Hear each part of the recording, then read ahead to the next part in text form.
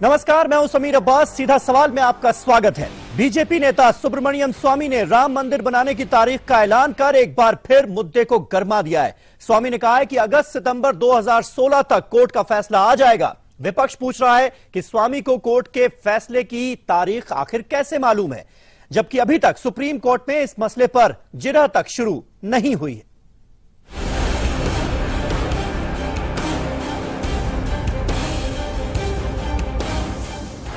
दो 2017 यूपी विधानसभा चुनाव से पहले फिर गर्म हुआ राम मंदिर का मुद्दा। सुब्रमण्यम स्वामी का विवादित बयान, दिसंबर तक शुरू हो जाएगा मंदिर निर्माण। इस साल के अंत तक मंदिर की काम शुरू कर देंगे और शीघ्र ही बन जाएगा, क्योंकि बाकी सारे सामग्री तैयार है, उसको सिर्फ फिट करना है और कुछ नहीं करना है। सुना आपने, बीजेपी नेता सुब्रमण्यम स्वामी विश्व हिंदू परिषद के बड़े नेताओं के साथ बैठक के बाद दावा ठोक रहे हैं कि उन्हें कोर्ट केस का स्टेटस मालूम है।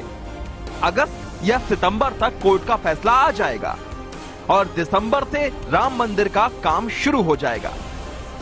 वो तो यहां तक कह रहे हैं कि पूर्व प्रधानमंत्री राजीव गांधी भी अयोध्या में विवादित जमीन पर राम मंदिर का ही निर्माण चाहते थे और वो होते तो अब तक मंदिर बन चुका होता।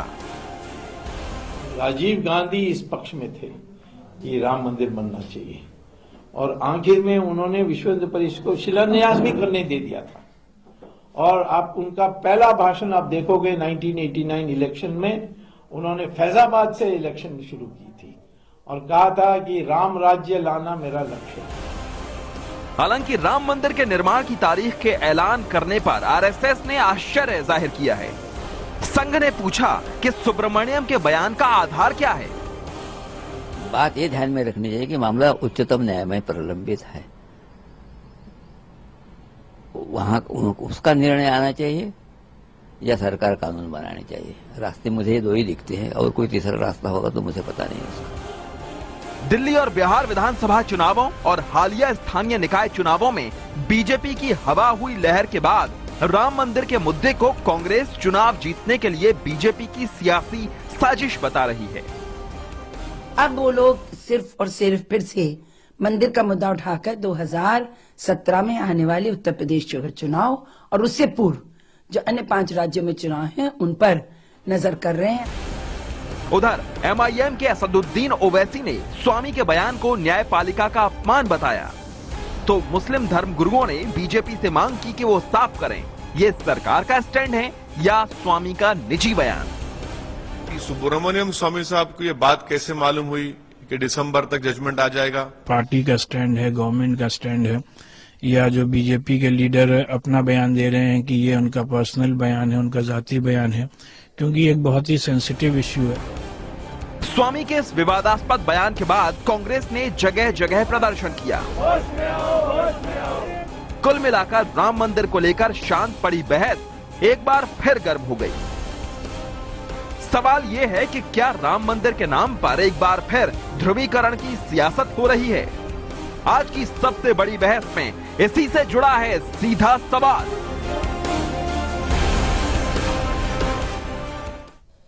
तो ये पूरी रिपोर्ट आपने देखी, यानी बीजेपी की तरफ से कोशिश की जा रही है एक बार फिर राम मंदिर के इशू को गरमाने की, और इसी से जुड़ा है हमारा आज का सीधा सवाल। हमारा सीधा सवाल बिल्कुल साफ है।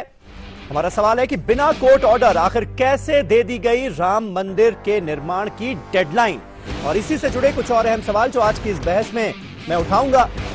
सवाल यह कि क्या स्वामी की कॉन्फ्रेंस राम के नाम पर ध्रुवीकरण की कोशिश है? उस कॉन्फ्रेंस का जिक्र हो रहा है जो कि दिल्ली यूनिवर्सिटी कैंपस में होने जा रही है। क्या यूपी चुनाव राम मंदिर के नाम पर लड़ेगी बीजेपी?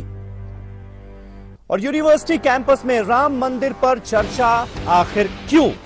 इसका क्या सबब है? क्यों किया जा रहा है ऐसा? क्या स्वामी का बयान किसी साजिश का हिस्सा है, जैसा कि आरोप विपक्ष लगा रहा है? और साथ ही हमारे दर्शक भी इस बहस में शामिल हो सकते हैं। हमारा आज का सवाल है, बिना कोर्ट ऑर्डर कैसे दी गई राम मंदिर की डेडलाइन? अगर ये सही है तो टाइप करें लाइव स्पेस दें, लिखें वाई। अगर आपको लगता है ये सही नहीं है तो टाइप करें लाइव स्पेस दें और लिखें एन और हमें भेज दें 56161 पर। आपकी राय को हम बहस के अंत में शामिल करेंगे। और बड़ी बहस की शुरुआत करते हैं। हमारे साथ तमाम खास मेहमान जुड़ चुके हैं। हमारे साथ हैं मौलाना कल्बे रुशैद रिजवी साहब, मुस्लिम धर्मगुरु हैं, साथ ही साथ मुस्लिम पर्सनल लॉ बोर्ड के मेंबर हैं। इसके अलावा बीजेपी की तरफ से बीजेपी के राष्ट्रीय प्रवक्ता जफर इस्लाम साहब हमारे साथ बीजेपी दफ्तर से जुड़े हुए हैं। डॉक्टर नीरज कुमार का भी हम रुख करेंगे, पटना से वो हमारे साथ हैं, प्रवक्ता हैं जेडीयू के। इसके अलावा विश्व हिंदू परिषद, जिसका अहम रोल देखा जा रहा है राम मंदिर को लेकर जो आंदोलन हुआ, विजय शंकर जी प्रवक्ता वीएचपी के हमारे साथ मौजूद हैं। कांग्रेस की तरफ से तहसीन पूनावाला साहब हमारे साथ मौजूद हैं दिल्ली से ही। लेकिन जफर इस्लाम साहब, सबसे पहला सवाल आपसे, आज जिस तरह का बयान आया बिना कोर्ट के ऑर्डर के, आखिर डेडलाइन कैसे दी जा रही है कि राम मंदिर का निर्माण जो है वो 2-3 महीने में शुरू हो जाएगा, दिसंबर तक कोर्ट का फैसला आ जाएगा, ये डेडलाइन कहां से आ गई? देखिए अब्बास साहब, पहले तो मैं क्लैरिफाई करना चाहता हूं जी कि ये जो बयान जो दिया है सुब्रमण्यम स्वामी जी ने, हाँ, वो उनका निजी बयान है, वो पार्टी का ऑफिशियल स्टैंड नहीं है। पार्टी का ऑफिशियल स्टैंड बहुत क्लियर है और वो अपने मैनिफेस्टो में भी हमने जिक्र किया उसके बारे में, और टाइम टू टाइम हमने लोगों को बताया है कि पार्टी का स्टैंड क्या है। पार्टी का स्टैंड, जैसा मैंने पहले भी कहा है आपके चैनल पर और दूसरे चैनल पे भी लोगों ने भी कहा, बाकी प्रवक्ताओं ने भी कहा है कि पार्टी का स्टैंड है या तो कंसेंसस से बनेगा, लोगों के साथ सारे लोग साथ आके कंसेंसस हो और उसके साथ बने, या फिर कोर्ट के ऑर्डर का इंतजार किया जाएगा। तो ये दोनों सिचुएशन जब तक है उसके बारे में कोई डेट तारीख देना जो है पार्टी ऐसा नहीं कर सकती है।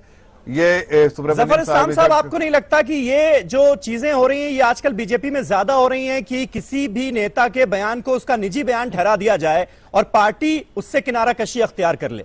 ये कुछ ज्यादा नहीं करना पड़ रहा है आपको? अभी पाकिस्तान के मसले पर हमने देखा यशवंत सिन्हा का जो बयान आया उससे किनारा कशी कर ली गई। हर पार्टी कीर्ति आजाद के मसले पर शत्रुघ्न सिन्हा का जो बयान आया उससे कहा गया कि वो उनकी निजी राय है। बार बार आपको ये कहना पड़ रहा है, क्यों? देखिए मैं, ये डेमोक्रेटिक पार्टी है, ये कोई इसमें कोई हाई कमांड कल्चर नहीं है जैसा कि बाकी पार्टियों में कि एक आदमी बैठा है टॉप पे और वही सब कुछ कमान उसके पास है। अच्छा। इस बात की आपकी प्रशंसा करनी चाहिए कि पार्टी में डेमोक्रेसी है, everybody has right to speak. तो ये इस बारे में, लेकिन पार्टी का एक ऑफिशियल स्टैंड है और उसके प्रवक्ता हैं, हम ऑफिशियल लाइन आपको बता रहे हैं। लेकिन जहां तक आप देखिए कि नेशनल हेराल्ड केस में जब कांग्रेस में उसमें भी हमने क्लैरिफाई किया था, कांग्रेस डॉक में है, उनके जो सीनियर लीडर है वो अक्यूज्ड है, वो बेल से छूट के आ रहे हैं। लेकिन ये भी सुब्रमण्यम स्वामी जी का निजी मामला था, उन्होंने कोर्ट पे केस किया था। हाँ। तो पार्टी उसने भी इस वक्त भी स्टैंड क्लियर किए थे। तो ये उनका निजी स्टैंड है, पार्टी का स्टैंड बहुत क्लियर है, जैसा मैंने आपको एक्सप्लेन किया। मंदिर बनाना चाहते विजय शंकर जी, आपको लगता है अभी बीजेपी का जो एजेंडा है उसमें राम मंदिर कहीं भी नहीं है? नहीं, पार्टी सुब्रमण्यम स्वामी को आखिर क्या हो जाता है कि वो वीएचपी के सम्मेलन में आते हैं और फिर इस तरह की बात करने लगते हैं, डेडलाइन देने लगते हैं, आखिर क्यों? मैं क्लैरिफाई करना चाह रहा हूं आपके स्टेटमेंट को। मैं थोड़े आपने तोड़ मोड़ के पूछा सवाल विजय साहब से, आवाज नहीं आ रही जो है, बाकी जो पैनलिस्ट बोल रहे हैं हमारा क्या बोला है मुझे सुनाई नहीं पड़ा है, लेकिन दूसरी बात केवल मुझे आपकी आवाज सुनाई पड़ रही है तो मैं आपकी बात का उत्तर देता हूँ जी। सबसे बड़ी बात क्या है कि जितना भी हिंदू देश में जो राम मंदिर के निर्माण के पक्ष में है वो ये चाहता है कि मंदिर का शीघ्र निर्माण हो, और वो ये आशा तो कर ही सकता है कि सुप्रीम कोर्ट का जो न्यायालय, इसका जो न्याय है वो बहुत जल्दी मिला। तो ये आशा करने में कोई मुझे लगता असंवैधानिक नहीं है। जो लोग ये कहते हैं संवैधानिक है, हम ये अपेक्षा करते हैं कि सुप्रीम कोर्ट नहीं, विजय शंकर जी आशा तो कीजिए, उम्मीद कीजिए, लेकिन फिजूल की बयानबाजियां क्यों? स्वामी जी ने कही है कि मंदिर जी नहीं, इसमें फिजूल की बयानबाजी कैसे मान सकते हैं समीर भाई? विजय जी ऐसे मान सकते हैं कि बाकायदा डेडलाइन दी गई है। सुब्रमण्यम स्वामी ये कह रहे हैं कि 2-3 महीने में मंदिर का निर्माण शुरू हो जाएगा। ये डेडलाइन कहां से आ गई? किस बेसिस पर ये डेडलाइन आप दे रहे हैं? आधार क्या है इसका? उन्होंने ये डेडलाइन में कोई डेट तो नहीं बताई। हम कहते हैं ना, हम भी देखो हर हिंदू अपेक्षा करता है समीर भाई कि 2-3 महीने में निर्णय आ जाए। तो उसमें अगर ये कहना कि हमने 2-3 महीने में निर्णय आ जाए तो इसमें आपत्ति कौन सी बात है, और कौन सा सुप्रीम कोर्ट का इसमें अवहेलना हो रही है? दूसरी बात ये कही कि जो बात हम कर रहे थे कि निर्माण कार्य जल्दी शुरू हो जाए, तो निर्माण कार्य तो चल ही रहा है, कम से कम उसके इंफ्रास्ट्रक्चर में क्या क्या लगेगा उसका निर्माण हम कर रहे हैं। तो उसमें कोई भी बात ऐसी नहीं है जो लोगों को लगे ठीक नहीं है। मौलाना कलबे रुशैद, इस बयान का क्या मतलब निकाला जाए? गलत नहीं कहा है, बिल्कुल ठीक है। आपके हिसाब से ये बयान इस वक्त पर देने का आखिर मकसद क्या है बीजेपी का? मैं समीर भाई इसमें बस इतना कहना चाहूंगा कि स्वामी जी ने जो बयान दिया है वो शायद कहीं ना कहीं बीजेपी के वो लोग जो ओहदेदार नहीं हैं और पीछे कमरे में बैठे होते हैं, शायद उनकी तमन्ना और ख्वाहिश पूरी हुई हो। क्योंकि मैं बिल्कुल सही नहीं मानता, बल्कि देश का कोई भी आदमी सही नहीं मानेगा कि देश में जब आपका कोई केस मैटर सब जुडिक्स हो उस पे आप अपने बयानबाजी करें। एक बात साफ है, मेरे ख्याल से मेरे सारे पैनलिस्ट चाहे वो किसी भी डिपार्टमेंट से हों अग्री करेंगे कि देश दो ही चीजों से चलता है, या मोबोक्रेसी या डेमोक्रेसी। मुझे लगता है डेमोक्रेसी को मजबूत करने के लिए जो सबसे बड़ी चीज होती है वो होती है कानून का मानना। जब मामला कानून में ही चल रहा है तो हमें इंतजार करना चाहिए कि जो भी हमारी सुप्रीम कोर्ट फैसला लेती है उसे दोनों कौम अपनी निगाहों से देखकर और वही करेगी जो मुल्क के हक में बेहतर होगा। जी, तहसीन पूनावाला साहब, आपसे जानना चाहूंगा आपको क्या मकसद नजर आता है इस बयान का? मकसद यही है जो बिहार में मकसद था, मकसद यही है जो 2014 के पहले मकसद था, देश को पोलराइज करना। ये सरकार आई है विकास के मुखौटे पर, सारे जुमले दिए, 15 लाख का जुमला दिया, अब राम मंदिर का फिर से जुमला दे रहे। जुमला देना इस सरकार की आदत बन चुकी है। सबसे बड़ा स्कैम अगर इस देश में वो है, और ये मैं नहीं अडवाणी जी की बहू कहती है, वो है राम मंदिर के नाम पे चंदा इकट्ठा करना, 600 करोड़ रुपए और सोने की बिस्किट। अब मैं मुद्दे की बात पे आता हूँ। बीजेपी के प्रवक्ता ने कहा हमारी पार्टी में बड़ी जमहूरियत है। बहुत अच्छी बात है, आपकी पार्टी में जमहूरियत है, तो आपने कीर्ति आजाद को क्यों सस्पेंड किया? तो देखिए, यहां से जो आप हर चैनल पर आकर गलत बात करते हो, डबल टॉक करते हो, आपके पास न कोई तथ्य है न कुछ है। जो बाकी पैनलिस्ट ने कहा बिल्कुल सही कहा। मामला इस वक्त सुप्रीम कोर्ट में है। स्वामी ये नहीं कह रहे जल्द से जल्द फैसला, वो तारीख बता रहे। हमने देखा है, आपके शो पे मैं आ चुका हूं, जुडिशियल कमिशन बिल वगैरह की तरफ से किस तरह से सरकार सुप्रीम कोर्ट पे दबाव डालना चाहती है। क्या ये एक प्रेशराइजिंग करने के टैक्टिक है सुप्रीम कोर्ट पे कि उन्होंने कहा है कि सितंबर, अक्टूबर, दिसंबर तक फैसला हो जाएगा, इसके बाद राम मंदिर का निर्माण शुरू होगा? ये कौन होते कहने को? अगर सुब्रमण्यम स्वामी बीजेपी के मेंबर नहीं है, उनका व्यक्तिगत राय, क्यों उन पे एक्शन नहीं करते जैसे उन्होंने कीर्ति आजाद पे एक्शन किया?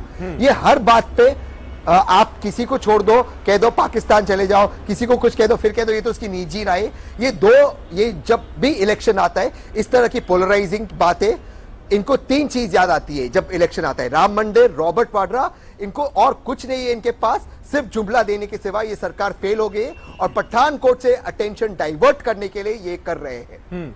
बात साहब, मैं जरा ये तहसीन पूनावाला जी को बताना चाहता हूं जी कि पठानकोट में जो भी हुआ वो दुर्भाग्यपूर्ण है, लेकिन जिस तरह का रिस्पांस पाकिस्तान ने दिखाया हमारे इस तरह की पॉलिसी और इनिशिएटिव जो हमारे भारत की सरकार ने ली है, 60 साल में आप लोगों ने कुछ नहीं किया। जो भी क्या इसका सामने दिख रहा है, आपको नजर आ रहा है कि हमारे इनिशिएटिव का क्या आज वो मैं जवाब देना चाहूंगा समीर भाई, एक्ट ऑन टेरर दोनों दिख रहा है। 72 घंटे में वो आज की न्यूज है, 72 घंटे में वो एक्शन लेंगे विद इन 72 आवर्स में। आपकी सरकार यूपीए जो डोजियर पे डोजियर भेजती रही, पाकिस्तान ने इनकार कर दिया हर बार। क्या किया आपने 26/11 पे? तहसीन साहब, बहुत संक्षेप में, मुझे दूसरे पैनलिस्ट के पास भी जाना है। तो ये जवाब दूंगा जी। समीर भाई, ये टॉपिक नहीं था, लेकिन क्योंकि उन्होंने ये कहा है मैं इसका जवाब देना चाहूंगा। समीर भाई, मुझे बोलने का मौका दीजिए, क्योंकि ये टॉपिक नहीं था, पर क्योंकि उन्होंने पठानकोट का जिक्र उन्होंने किया, मैं इसका जवाब देना चाहूंगा। ये कांग्रेस की प्लीज आप अभी मुझे बोलने दीजिए। ये कांग्रेस की वजीर आजम थी इंदिरा गांधी जी, जिन्होंने अपनी जान खोई और बांग्लादेश बनाई। पाकिस्तान का विभाजन कांग्रेस के सरकार में हुआ है। इसको दुर्गा कहने वाली कोई और नहीं, वाजपेयी साहब थे। पाकिस्तान पे कांग्रेस ने क्या किया, इसका कहने का ना आपको अधिकार है ना आपकी हैसियत है। दूसरी बात, 24/11 के बाद पाकिस्तान को फेल स्टेट ये कांग्रेस की सरकार है। आप प्लीज बैठिए, मुझे बोलने दीजिए।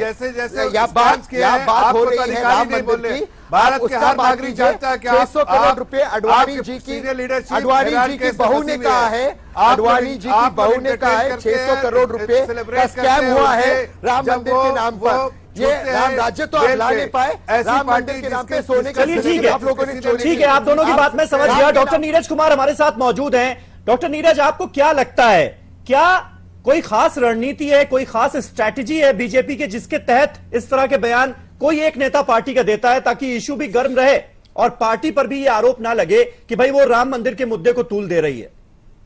क्या ये स्ट्रैटेजी के तहत किया जा रहा है? देखिए, भारतीय जनता पार्टी की घोषित रणनीति है। हाँ। और सातिराना तरीके से है। हमको तो लग रहा था कि इतने लंबे अरसे से अयोध्या में मंदिर विवाद चल रहा है तो कम से कम भगवान राम को भाजपा की सदस्यता देते। मिस्ड कॉल अलर्ट के माध्यम से अब दे रहे थे सदस्यता, तो भगवान राम को कम से कम सदस्य बना देते। और आप देखते होंगे कि भारतीय जनता पार्टी अपने घोषणा पत्र में कहती है कि हमारी प्रतिबद्धता है, और राष्ट्रीय प्रवक्ता उनके बोलते हैं या पार्टी का ऑफिशियल लाइन होता है कि कोर्ट का आदेश या आपसी सहमति। तो माननीय सुब्रमण्यम स्वामी आपके दल के सांसद हैं, ऑफिशियल लाइन के खिलाफ बोल रहे हैं। तो आप देख रहे हैं कि पूरे जब से देश में भारतीय जनता पार्टी की सरकार बनी है तो आदरणीय प्रधानमंत्री जी का बयान कुछ होता है, मंत्रिपरिषद का बयान अलग होता है जी। तो ये डिफरेंस जो बयान में है, हाँ। ये इस बात, चाहे वो लव जिहाद का मामला हो, घर वापसी का मामला हो, ये तमाम बयान समाज में उन्माद का वातावरण बनाने के लिए होता है और इसका कोई उद्देश्य नहीं है। अगर राम मंदिर की प्रतिबद्धता है तो तारीख का ऐलान क्यों नहीं करते? अब तक तो बोल रहे थे कि जनादेश नहीं मिला है, तब तो आपको जनादेश मिल गया। नहीं, केवल इनका ध्रुवीकरण की राजनीति को ताकत देना है। मूलभूत जो सवाल है जनता के, उससे ध्यान बट जाए लोगों का, महंगाई जफर साहब इस बात का जवाब दीजिए, बेरोजगारी के क्योंकि बीजेपी ध्रुवीकरण की राजनीति करना चाहती है, इसलिए पार्टी के नेता इस तरह का बयान देते हैं और पार्टी उनके खिलाफ कोई कार्रवाई भी नहीं करती, ये आरोप है। नहीं, देखिए, बीजेपी ने बार बार ये क्लियर किया है कि देखिए हम मंदिर बनाना चाहते हैं, इसमें कोई कंफ्यूजन नहीं है। बीजेपी तो यानी आपके एजेंडे के हिसाब से चल रहे हैं ना स्वामी जी? तारीख बताइए, तारीख क्यों नहीं बताते? जब ये मैटर कोर्ट में है, कितने बार जनादेश लीजिएगा? जब ये मैटर कोर्ट में है तो तारीख बताना क्या उचित होगा? पूछना चाहता हूँ, आज आप कितने बिहार में आप रहोगे? तब भी बयान आप कोर्ट में मामला है तो बयान देकर के समाज में को विषाक्त क्यों करते हैं? नहीं, हम तो बात आज भी सीना ठोक के कहते हैं कि हम मंदिर बनाना चाहते हैं, लेकिन अनिल जी जरा ये भी बता दीजिए कि बिहार में भी कितने अपहरण होंगे, कितनी हत्याएं होंगी, डेट भी बता दीजिए जरा इसकी। विजय जी, अरे उसका तो डाटा दे देंगे। बिहार में अपहरण हुआ है, रूल ऑफ लॉ है, इतना में मत रहिए। यूएसपी हमारा वही है। कौन अपराधी है, इसके खिलाफ कार्रवाई हम नहीं किए हैं। हम तो अपराधी के खिलाफ कार्रवाई करते हैं, तो आप कहते हैं कि छाती तोड़ देंगे। आप क्या बोलिएगा इस सवाल पर? कुछ नहीं करेंगे। अरे भारतीय जनता पार्टी के कार्यालय में कहा गया, जब हमने कार्रवाई की तो आपने कहा छाती तोड़ देंगे। अपराधी गुंडे का समर्थन में खड़े हो गए आप। ठीक है, ठीक है, हम मुद्दे पर ही रहते हैं। बोलने का क्या अधिकार है? आपको लगता है ये खास स्ट्रैटेजी के तहत किया जा रहा है? जी बिल्कुल, खास स्ट्रेटेजी के तहत किया जा रहा है और मेरे ख्याल से मेरे सारे बाशऊर और दानिश्वर पैनलिस्ट हैं। ये मुद्दा मुझे नहीं लगता कि किसी पार्टी का है, ये मुद्दा मुल्क का है। और सबसे बड़ी बात यह है कि अगर कुछ गलत हो तो सारे मुल्क को उसे कंडम करना चाहिए और कुछ अच्छा हो तो सारे मुल्क को तारीफ करनी चाहिए। सवाल यह है कि एक मामला जब अदालत में है और लोगों को मालूम है कि वो मामला किस कदर अकीदों से और किस कदर जज्बों से जुड़ा हुआ है, तो हमारे लिए बहुत इंपॉर्टेंट है वो हिंदुस्तानी जो अपनी रोजमर्रा की जिंदगी में लगा हुआ है। चूंकि बयान देना तो बहुत आसान होता है, लेकिन उसके बाद अगर कोई हादसा होता है तो उसकी जिम्मेदारी कोई नहीं लेता। बिल्कुल, मैं समझता हूं मुल्क ऐसे हालात से गुजर रहा है जहां पर हम सबको साथ मिलकर मुल्क के उन मुद्दों के बारे में सोचना चाहिए जिससे मुल्क को आगे बढ़ना है।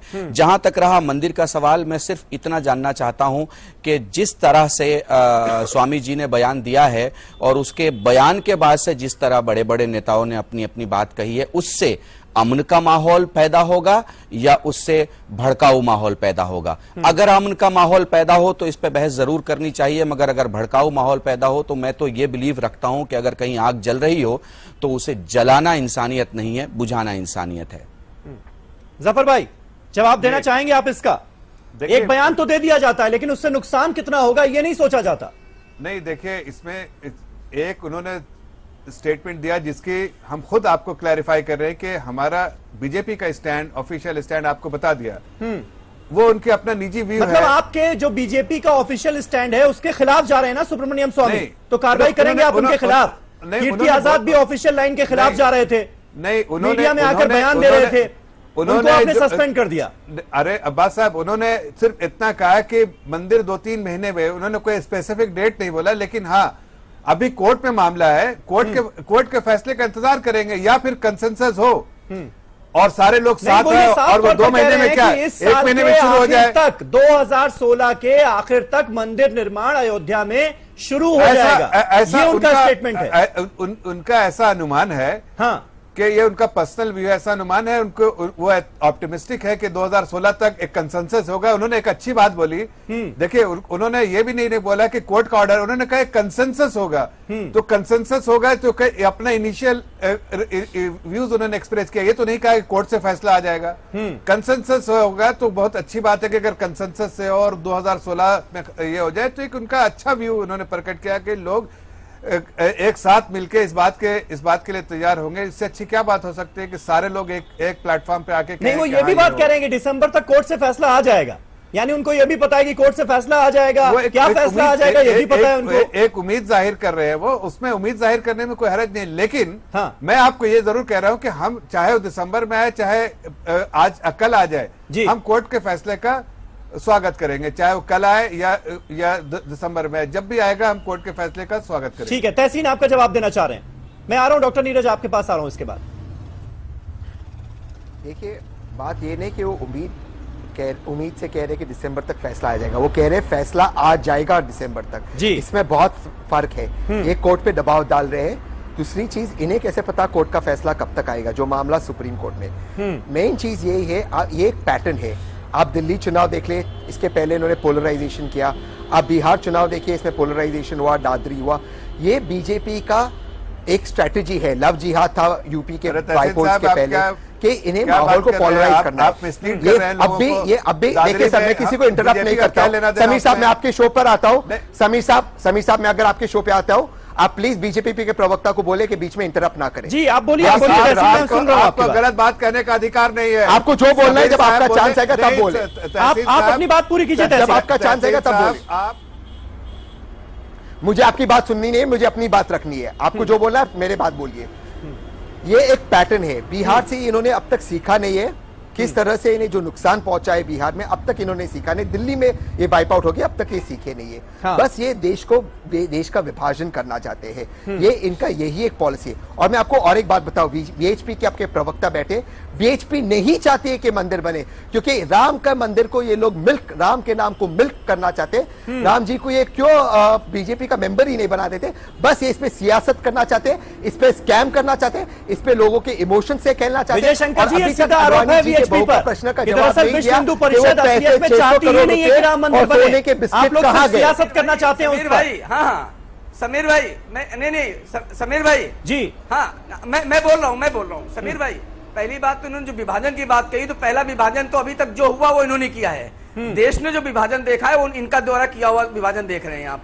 दूसरी बात ये कह रहे हैं कि हमें वीएचपी पोलराइजेशन कर रही है। वीएचपी ने 1982 के बाद जब भी विषय लिया है, जब से विषय लिया है तब से लगातार ये विषय उठाती रही है। हिंदू समाज की आस्था का विषय है। हम कहते हैं हिंदू समाज की आस्था का जब विषय उठता है तो उसमें ध्रुवीकरण की बात क्यों होती है। हम कहते हैं आज चर्चा राम मंदिर की कर रहे हैं, हम मालदा की क्यों नहीं कर रहे, हम उस विद्यालय के प्रिंसिपल की क्यों नहीं कर रहे जिसने राष्ट्रगान गाया और उसको पीटा गया। हम सबकी चर्चा कर चुके हैं विजय शंकर जी, ध्रुवीकरण नहीं दिखाई पड़ता है, चर्चा होती है, कोई खबर छूटती नहीं है यहाँ पर। तो जब ध्रुवीकरण की बात करते हैं तो ये मुद्दे हाँ नहीं हो रही है जी। हाँ। नहीं, मालदा पर डिबेट कहां हो रही है। हाँ। मालदा पर डिबेट होनी चाहिए, उस राष्ट्रगान पर डिबेट होनी चाहिए जो ध्रुवीकरण का हिस्सा है। मैं पुणे वाला जिस पूछना चाहता हूं, इस विषय पर उनके समर्थन में खड़े हैं क्या? ये इनको चर्चा करना चाहिए। जहां तक राम मंदिर का विषय है, वो पूरे का एंटायर हिंदू समाज का अपना विषय है, ये हमारा विषय है। और हम ये कहते हैं कि इसमें सब लोग जुड़े। हम कौन सा कहते हैं कि लोग न जुड़े और सब लोग मिलकर राम मंदिर बनावे।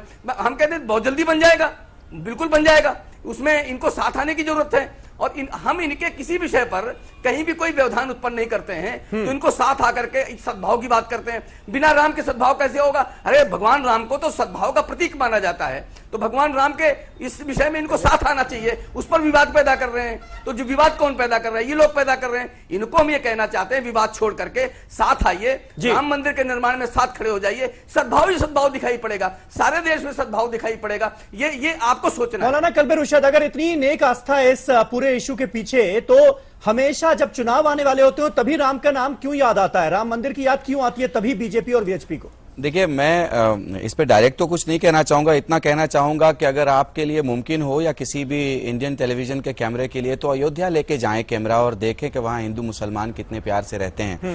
मैंने खुद विजिट किया है, मैं खुद गया हूं, मैंने देखा है वहां हमारे खालिक साहब हैं, मुस्तफा भाई हैं, इकबाल भाई, मंजर मेहदी, ये सारे लोग हैं, हमारे महंत जी हैं, मैं खुद अंदर तक गया हूं, मैंने देखा वहां वो मामलात नहीं है जो सियासत के प्लेटफॉर्म पे मामला हो जाता है। मैं तो सिर्फ इतना कहना चाहता हूं, कृपया करके इसे इलेक्शन का मुद्दा अब ना बनाएं। बहुत सालों तक गरीब जनता अपनी गुर्बत का सवाल करती रही है सियासी पार्टियों से। अगर जवाब दे सकते हैं तो जेन्युइन जवाब दें, मदद कर सकते हैं तो जेन्युइन मदद करें।